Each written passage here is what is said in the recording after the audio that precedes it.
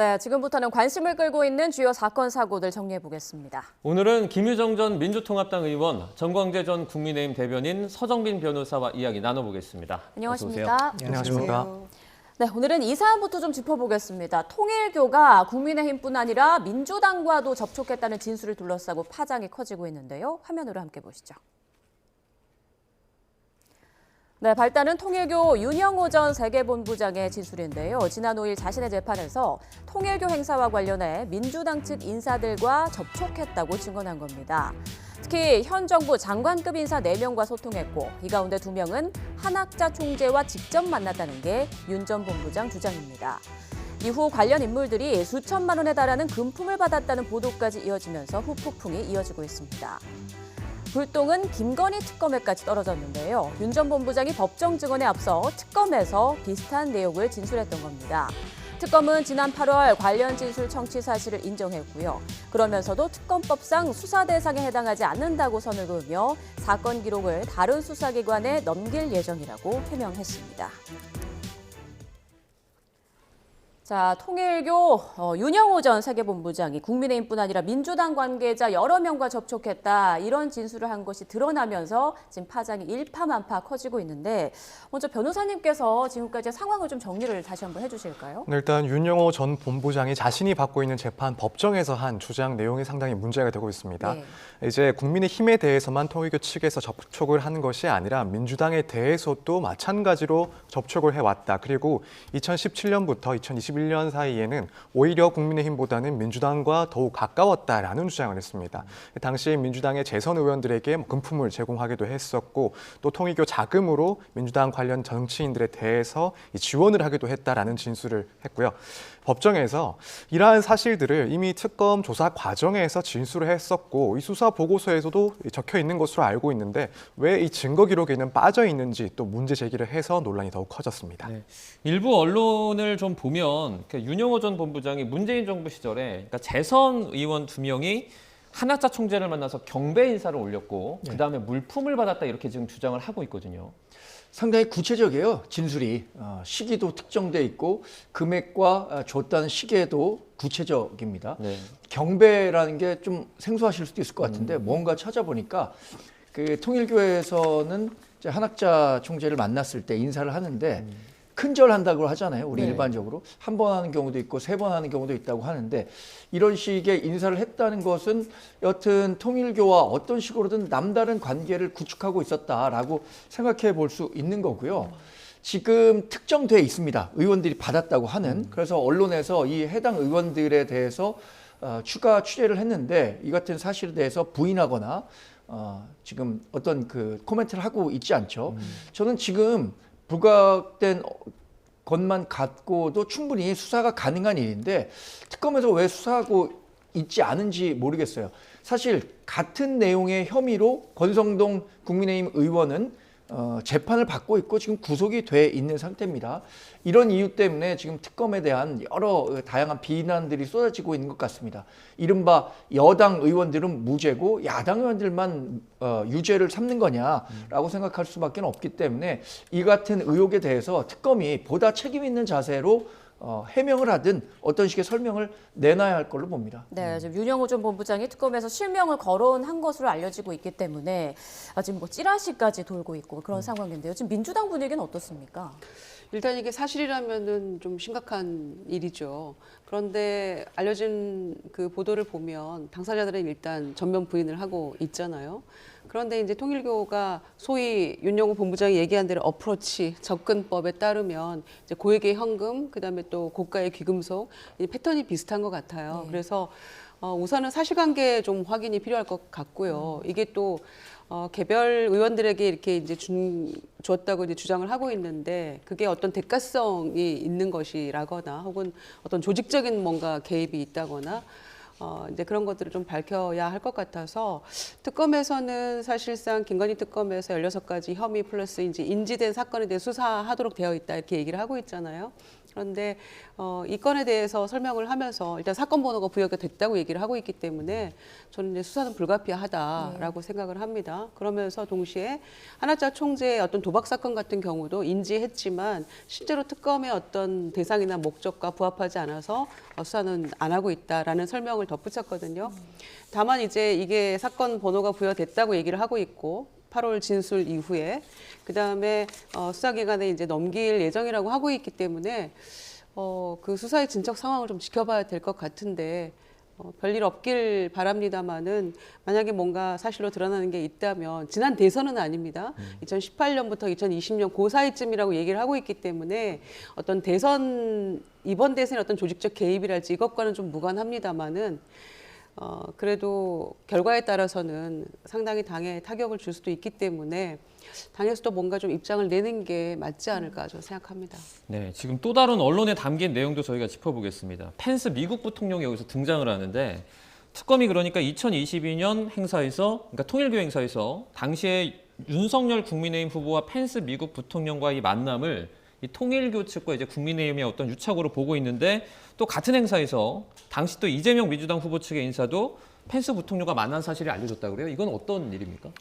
네, 일단 지금 특검 측에서는 당시에 이제 윤 전 후보와 이제 펜스 부통령이 만난 것을 두고 이 어차피 이 통일교 행사에서 이루어진 만남이다 보니까 결국 이 통일교 그리고 국민의힘 측의 그런 유착 관계를 보여주는 정황이다라고 강조를 해왔습니다. 네. 근데 문제는 같은 날 이 행사에서 이재명 당시 후보의 캠프 측 인사들도 이 펜스 부통령을 만나고 또 함께 환담을 하거나 기념사진을 찍었던 게 확인이 되었습니다. 네.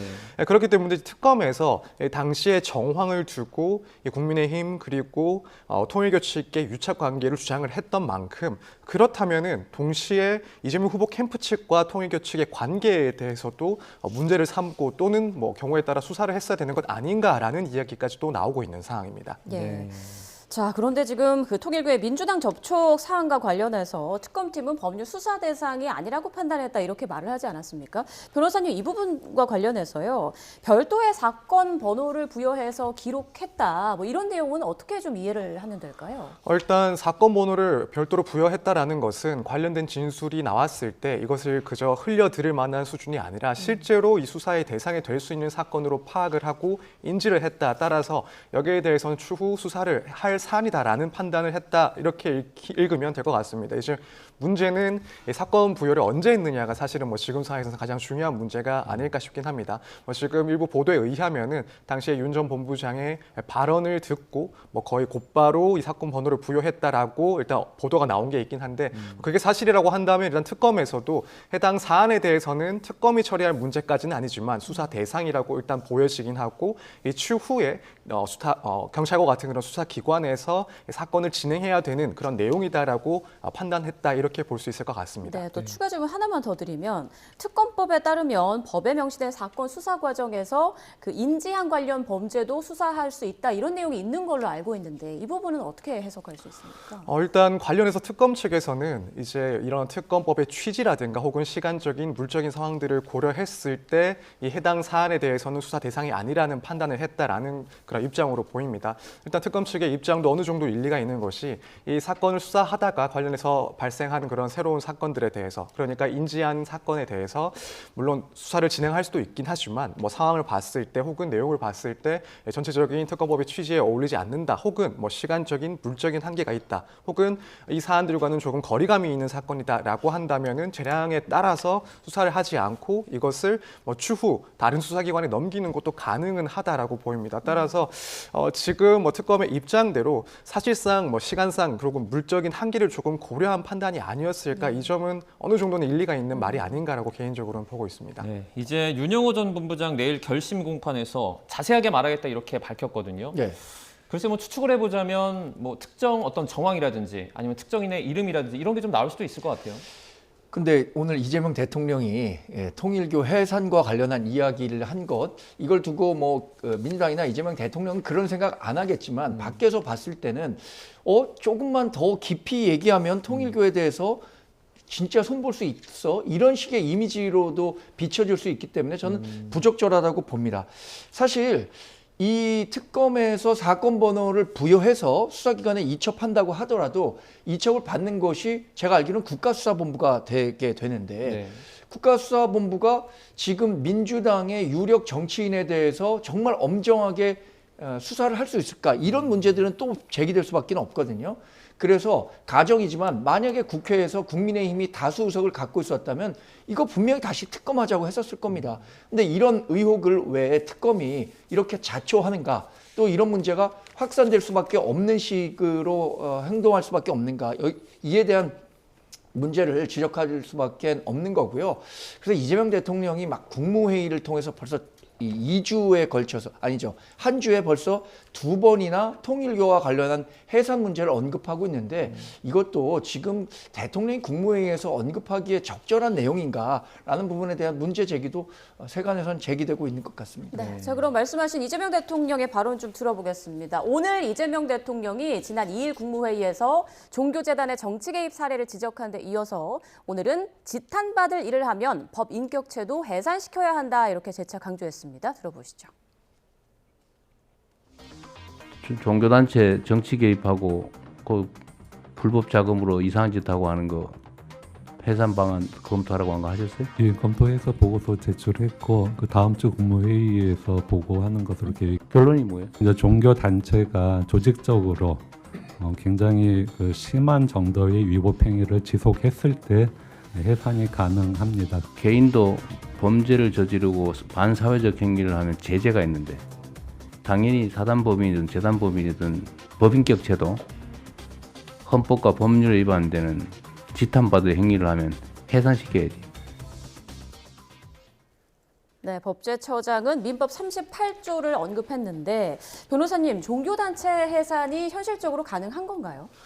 사실 이제 민법 38조 규정을 보면은 법인이 이제 목적 이외의 사업을 하거나 혹은 뭐 기타 공익을 해하는 행위를 할 때는 허가를 취소할 수 있도록 규정을 하고 있습니다. 이 종교 단체 역시도 이 법인에 해당을 하기 때문에 일단 이 규정에 따라서 설립 허가의 취소는 할 수는 있습니다. 다만 이제 그것이 실제로 뭐 정말 해산을 한다라고 설명하기엔 조금 부족한 측면이 있다라고 보여집니다. 그래서 만약에 이런 설립 허가가 취소된다라고 하면 분명히 이제 간접적으로는 이 종교 단체가 운영되는데 어려움이 발생하긴 합니다. 예를 들어 이런 종교 단체의 명의로 되어 있는 부동산과 같은 그런 재산 관리하는 데 있어서 상당히 어려움이 발생을 하거나 혹은 그밖에 뭐 세제 혜택 등을 받지 못하는 그런 불이익도 발생을 하기 때문에 간접적으로 이 종교 활동이 상당히 어려워지는 점은 분명한 사실이고, 다만 우리가 생각하는 것처럼 이 해당 집단을 해산시킬 수 있는 그런 내용의 규정은 그렇게 보기에는 조금 어렵지 않나 이렇게 생각이 됩니다. 네, 이 사태 조금 더 지켜보도록 하고 다음 주제로 좀 넘어가 보겠습니다. 비상계엄 사전모의 가담 혐의를 받는 노상원 전 사령관 어제 윤석열 전 대통령 재판에 출석을 했는데요. 대부분의 증언을 거부했다고 합니다. 들어보시죠.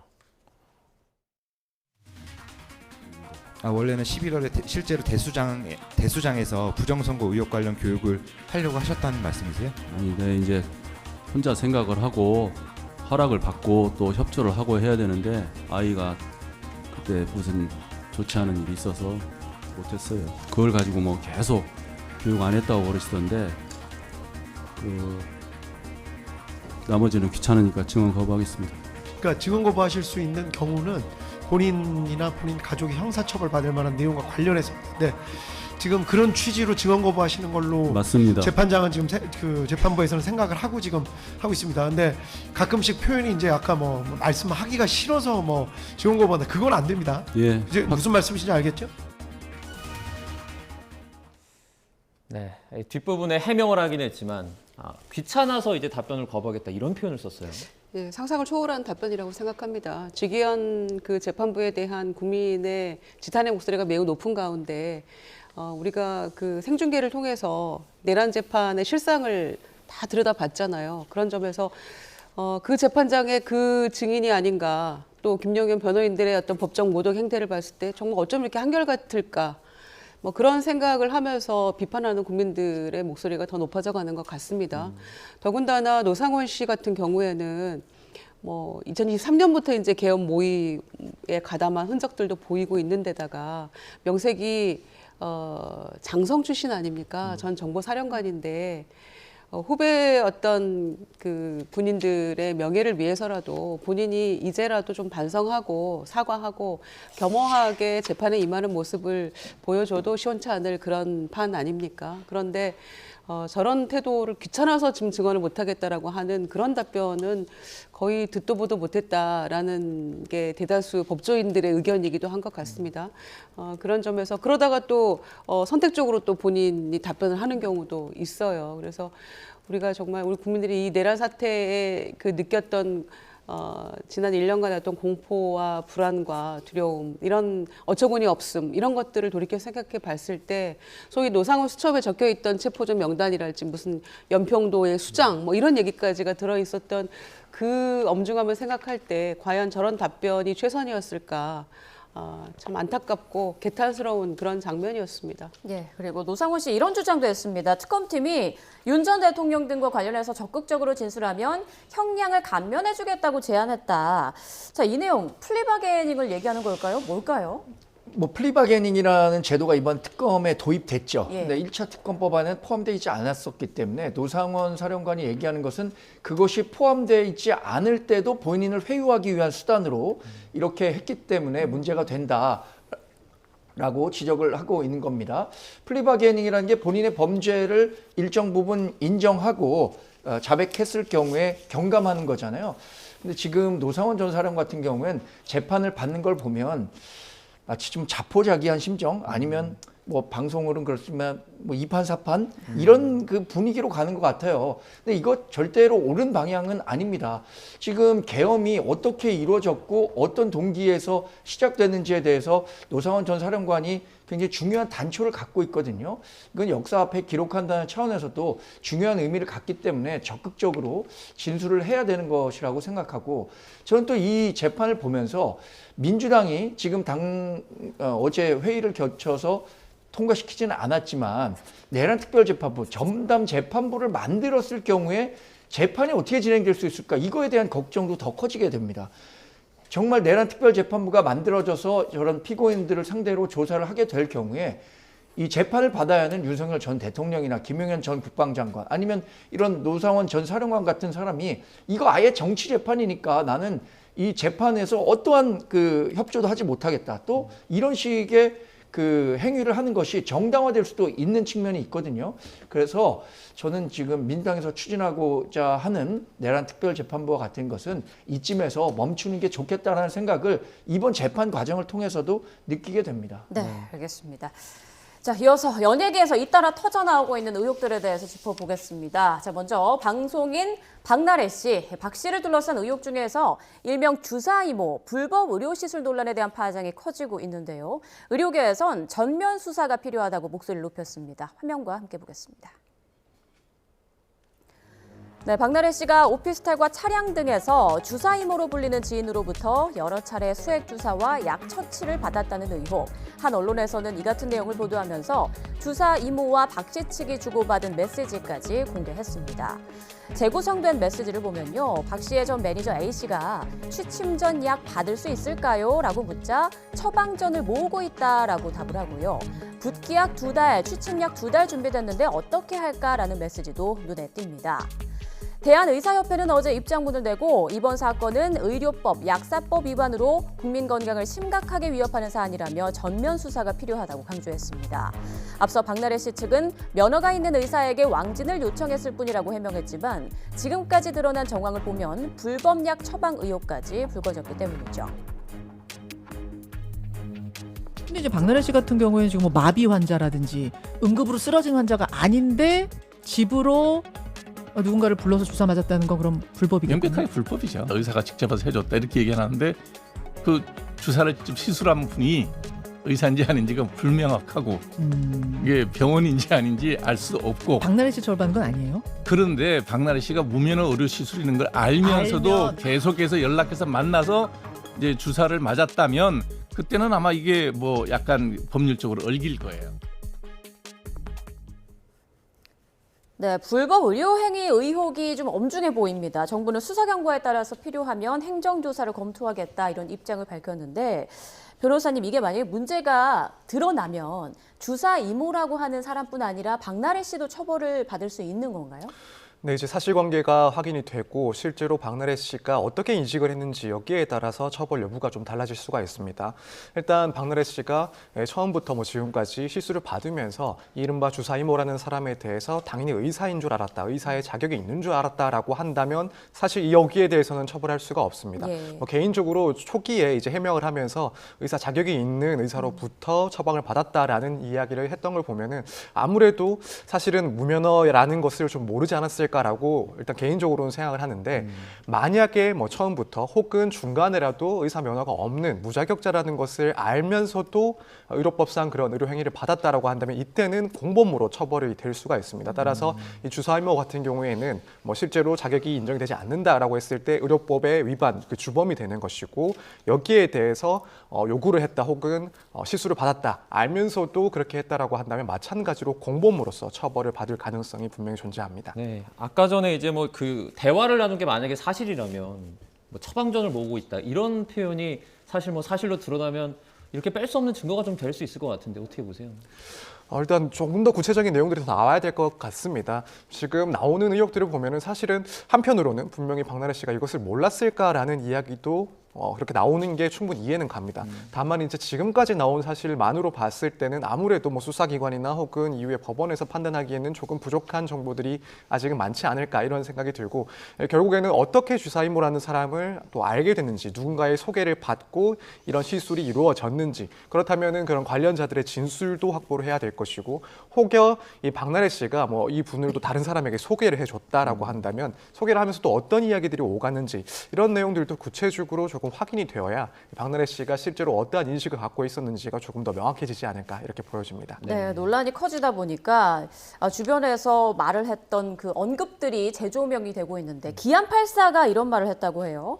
박나래 씨에게 네 주변에 사짜 냄새 나는 사람이 많은 것 같다 이렇게 좀 걱정하는 말투로 유튜브에 방송에서 말을 한 게 있다고 하더라고요. 예전에는 모든 프로그램들이 고도로 이제 편집이 되고 정제된 장면만 나왔는데 요새는 리얼 예능이라고 그래서 그 사람이 어떻게 살고 있는지를 정말 그대로 보여주는 장면들이 노출되는 경우가 많죠. 그래서 박나래 씨도 그런 그 예능 프로에 자주 출연하다 보니까 주위 사람들과의 관계에 대해서 함께 출연한 사람들에게 얘기를 했었는데 마침 기안84가 그런 얘기를 했다고 해요. 그러니까 주위에 있는 사람들이 지금 사짜라고 했는데 우리도 여러 사람들 만나다 보면 그런 생각 들잖아요. 이 사람 좀 뭔가 문제가 있는 것 같은데 조심해야 할 것 같은데 라는 생각들을 하게 되는데 기안84가 그런 얘기를 했던 것 같아요. 근데 꼭 그게 그 사자가 지금 주사를 놔줬다는 주사 이모라고 특정할 수는 없겠지만 어떤 인간관계에 대해서 함께 봤던 사람 중에 좀 걱정스러운 목소리를 전달했던 건 사실인 것 같습니다. 네, 또 다른 연예인 이슈입니다. 소년범 과거가 드러나서 이제 배우 생활을 접고 연예계에서 은퇴한 조진웅 씨 관련해서 과거사 관련해 지금 다양한 폭로가 이어지고 있는데 전혀 상반된 주장도 나왔어요. 그러니까 과거에 조진웅 씨가 오히려 괴롭힘을 받았다라는 그런 내용인 것 같아요. 근데 지금 이제 조진웅 씨 관련한 과거 미성년자 시절의 어떤 범죄 혐의가 소위 학교 안에서 일어나는 지금 학폭은 아니었거든요. 다른 절도 행위랄지 이런 강도 이런 행위 더 큰 의혹들도 있는데요. 그런 행위들이기 때문에 또 이제 개인적으로 겪었던 어떤 이 지금 제보자 이 글을 올린 사람의 경험은 또 다르게 볼 수도 있겠죠. 그러나 지금 그 보도되고 있는 그 소년범 그 행위와는 그 범죄 사실과는 저는 좀 다른 이야기이기도 합니다. 네. 그래서 저희들이 보기에는 이제 추가적으로 사실은 과거에 이제 이런 소년범 한 번 낙인 효과가 일생 가야 되는 것이냐라는 것에 대한 어떤 진지한 사회적 논의가 좀 필요한 시점이다. 그런 얘기도 나오고 있습니다만은 조진웅 씨 개인으로 돌아가 보면 과거의 그런 행적을 논외로 치더라도 이후에 배우로 데뷔해서 지금 드러나고 있는 폭행 사건이랄지 배우나 매니저나 또는 감독 얘기도 나오잖아요. 네. 본인이 또 글을 올렸다가 내리기도 했습니다만 그런 거랄지 또 음주운전 그 면허 취소 단계에 이르기까지 그러니까 그것만으로도 충분히 연예계에서 상당한 문제가 되는 이슈들이기 때문에 소년범 논란은 차치하고라도 그러면 현재 이 모습들은 괜찮은 건가? 여기에 대한 문제제기가 또 있을 수 있거든요. 그래서 그냥 전격 은퇴 선언은 상당히 저는 무책임하다고 생각합니다. 왜냐하면은 조대일 씨를 정말 아끼고 좋아했던 많은 국민들이 계시고 또 이미 또 촬영해 놓은 드라마도 있는 거 아닙니까? 그런 점에서 본인이 정말 배우로서의 꿈을 펼쳐가고 싶다면 국민들께 좀 겸허하게 사과하고 이런 부분들 설명이 좀 필요했던 게 아닌가 좀 그런 아쉬움도 저는 동시에 느끼는데요. 과거 학폭 경험만으로도 전력만으로도 뭐 한예종 취소, 합격 취소 이런 것도 나오잖아요. 네. 또 드러나지 않았던 학폭 사실들이 드러남으로써 연예계 퇴출되는 또 그런 아이돌 스타들도 있기 때문에 저는 소년범 논란 외에도 지금 드러난 이것만으로도 저는 충분히 좀 책임을 져야 될 그런 내용들이라는 생각이 들기 때문에 좀 안타깝습니다. 네, 이렇게 하루하루 새로운 내용이 나오기도 하고 또 반박하는 내용도 나오기도 하는데 조직폭력배와 관계가 있다는 의혹이 제기된 개그맨 조세호 씨도 활동 중단을 선언했죠. 자, 그런데 의혹 제기자가 어제까지도 추궁하는 글을 계속 올렸는데 추가 폭로를 멈추겠다 이렇게 태도를 바꿨다고요? 네, 그렇습니다. 일단 그동안 논란이 됐던 내용들을 조금 정리를 해보자면 이제 조세호 씨가 이 지역에 조직폭력배 실세와 친분이 있다. 그리고 그 사람이 운영을 하는 프랜차이즈를 홍보해주면서 한편으로는 이 고가의 선물을 받았다라는 의혹이 제기가 됐습니다. 그 밖에 두 사람이 함께 찍힌 사진들도 공개가 됐었고요.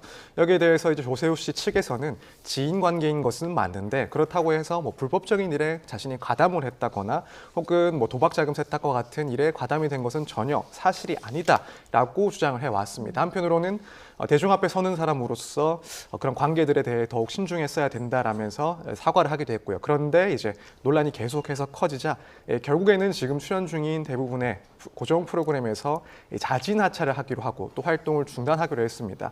여기에 맞춰서 이제 이런 폭로자 역시도 더 이상의 폭로를 멈추겠다라는 입장으로 보여집니다. 네, 연예계에서 벌어지고 있는 일들, 앞으로 진행되는 수사 과정 등을 제대로 좀 지켜봐야겠습니다. 다음 이슈로 넘어가겠습니다. 여러분 혹시 이 사건 기억하십니까? 지난 여름 인천에서 60대 남성이 생일상을 차려준 아들을 사제총기로 살해한 사건이 있었는데요. 검찰이 아버지에게 사형을 구형했습니다. 화면으로 함께 보겠습니다. 네, 지난 7월 20일 밤 인천시 연수구의 한 아파트에서 3발의 총성이 울렸습니다. 60대 남성 조 씨가 아들 집에서 열린 자신의 생일 잔치에서 방아쇠를 당긴 건데요. 술도 마약도 하지 않은 맨정신으로 2발은 30대 아들을 향해, 1발은 문을 향해 발사했습니다. 피해자의 복부를 향해 이에 격발하여 살해하였고 범행 전에 자신의 주어진 인화성 물질을 제작하여 설치했다. 그 자리에는 며느리와 손주 둘, 지인까지 있었는데요. 조 씨는 총기 발사 뒤 급하게 차를 타고 도주했지만 이튿날 새벽 서울 방배동에서 경찰에 검거됐습니다. 또 조 씨가 아들 집으로 향하기 직전 커다란 가방을 챙기는 모습, 주차장에서 가방을 렌터카에 싣는 모습도 CCTV에 그대로 포착됐습니다. 수사 결과 조 씨는 사건 약 1년 전부터 범행을 계획하고 유튜브 영상을 보며 직접 총기를 제작한 것으로 확인됐는데요. 알고 보니 자신의 성폭력 범행으로 이혼한 뒤 일정한 직업 없이 전 아내와 아들로부터 경제적인 지원을 받다가 그 지원이 끊기자 생활비에 어려움을 겪은 것으로 파악됐습니다. 아들 왜 살해했습니까? 가족에게 소외감 느껴서 범행 저지른 건 맞습니까? 자, 검찰이 사형을 구형했습니다. 어떤 부분이 가장 좀 크게 영향을 줬을까요? 일단은 계획적인 범죄라는 점이 상당히 많이 반영이 됐을 것이고 또 거기다가 아버지가 자식을 살해한 사건이라는 점 역시도 상당히 중요했던 것으로 보입니다. 물론 우리나라 법 규정에는 이제 자식이 부모를 살해할 경우에는 존속 살해라고 해서 특별히 또 가중하는 규정이 있고 반대의 경우에는 따로 가져가는 규정은 없긴 합니다만 이제 그래도 이른바 비속 살인에 대해서 아무래도 일반적인 살인 사건들보다는 훨씬 더 그 중대성, 심각성을 고려할 수밖에 없는 것으로 보입니다. 그렇기 때문에 이 사건 자체가 준비된 계획된 범죄로서 이 또 사제 총기를 이용했다는 점 그리고 아들을 살해했다라는 그런 잔혹성 등을 고려했을 때 사형을 구형한 사건으로 보입니다. 네. 지금 선고 공판이 이제 내년 2월 6일입니다. 인천지법에서 열리는데 사형을 이렇게 구형했다고 1심에서 사형이 선고될 가능성은 어느 정도 됩니까? 사실 뭐 지금 우리나라의 그런 사법의 그런 결론들을 봤을 때 사형 선고 가능성은 낮다라고 보는 게 일단은 맞을 것 같습니다. 일단 우리나라가 97년 이후로는 사형이 집행이 되지 않아서 뭐 실질적으로는 사형 폐지국에 해당을 하는 그런 국가가 됐고 이제 특히나 법원에서는 무척 신중하게 판단을 합니다. 그래서 이 생명을 뺏는 사형이란 제도에 대해서 상당히 그 심각성을 인정을 하면서 예외적으로 뭐 연쇄적인 그런 피해자들이 발생한 그런 중대한 사건들에 해당할 경우가 아니라고 한다면 사실 이런 살인 사건들 같은 경우에는 뭐 구체적인 내용을 물론 따지긴 하겠지만 사형을 선고하는 경우는 극히 드물다고 볼 수가 있습니다. 따라서 앞서 이제 검찰의 입장에서 이 사건의 잔혹성, 계획성을 따져서 사형을 구형한 것은 충분히 타당하다라고 느끼지만 한편으로는 사형이 선고될 가능성은 현실적으로 낮다라고 보는 게 맞을 것 같습니다. 네, 1심 선고 결과를 지켜보겠습니다. 자, 마지막 이슈로 넘어갈게요. 올해도 어김없이 패딩의 계절이 돌아왔습니다. 가격이 요즘 만만치 않죠. 큰맘 먹고 사야 하는 경우가 많은데 배신감 드는 소식이 전해졌습니다. 온라인 패션 플랫폼에서 판매되는 일부 구스다운 패딩이 실제로는 거위털 함량이 기준에 한참 못 미치거나 아예 오리털로 채워져 있는 경우도 있다는 건데 김 전 의원님 어떠십니까? 아니 근데 이런 이슈는 해마다 나오는 것 같아요. 네, 그런데 이 오리털이나 거위털 패딩이 이게 한두 푼 하는 것도 아니고 그렇죠. 상당히 비싸잖아요. 네. 몇십만 원까지도 뭐 미치는 그런 비싼 그런 패딩들인데 과거에는 오리 솜털이 조금 이제 보온성도 뛰어나고 가볍고 해서 좀 더 비싸잖아요. 비율이 높아지면 오리 솜털 대 깃털의 비율이 뭐 8대2가 아닌데도 불구하고 8대2를 뭐 5대5, 5대5를 8대2로 잘못 뭐 오기한다거나 잘못된 정보를 준다거나 함량을 속이거나 이런 일은 있었는데 이번에 발견된 것 중에 하나는 오리가 거위로 둔갑을 한 거잖아요. 그렇죠. 오리털이 아니라 아예 거위털이라고 속이는 오리를 갖다가 그런 것도 있고 또 함량도 보통 한 80% 이상 돼야 진정한 거의 구스다운이라고 할 수 있는데 보니까 24개 제품을 검사를 했다고 하는데 5개는 6%대더라고. 이건 좀 너무 심하잖아요. 그러니까 큰맘 먹고 장만했는데 실제로 이런 일이 벌어졌다고 하면 소비자들이 완전 기만이고 우롱이잖아요. 울리는 거 아닙니까? 그런데 또 이 업체들도 영세하다고 하니까 참 이게 서로 좀 가슴 아픈 일이 되는 것 같아서 이런 일은 없어야겠죠. 그래서 뭐 교환도 해준다고 하고 이 제품들은 판매도 중지한다고 하는데 애초에 소비자 속이는 이런 일은 없어야 될 것 같다는 생각입니다. 내년에도 똑같은 뉴스가 또 나오지 않을까 걱정인데요. 제발 없길 바랍니다. 네, 얘기를 계속 하다 보니까 저도 패딩이 좀 몇 개 있는데 이게 제 패딩도 실제 몇 %인지 모르잖아요. 이거 방법이 있습니까? 근데 사실 소비자가 열어서 확인할 거기에 수는 어떻게 있는지 확인하기 어렵잖아요. 거기에 있는 대로 믿고 사는 건데 저는 그래서 이걸 소비자들이 확인하기는 어려우니까 판매를 하고 있는 플랫폼은 그래도 책임감을 갖고 이것에 대한 검증을 잘해야 한다고 생각합니다. 그러니까 그 플랫폼과 거래하고 있는 업체들이 믿을 만한 업체인지 그리고 실제로 표기한 것과 실제 함유된 것이 같은 것 정도인지는 우리가 사실 어느 회사에서 만들었는지보다는 어느 채널을 통해서 판느냐 이걸 중요시하고 있으니까 이 플랫폼 사업자들이 조금 더 관심을 갖고 챙겨봐야 하고 만약에 문제가 발생하면 이 플랫폼 사업자들에게 좀 책임을 물을 수 있는 제도가 있어야 하는 거 아닌가 이런 생각해 봅니다. 네, 날도 추운데 사기당해서 마음까지 춥지 않도록 양심적으로 제품 만들어야 하지 않을까 이런 생각 다시 한번 해봅니다. 오늘 이슈는 여기까지 다루겠습니다. 지금까지 김효정 전 민주통합당 의원, 정광재 전 국민의힘 대변인, 서정빈 변호사와 함께했습니다. 고맙습니다. 고맙습니다. 감사합니다.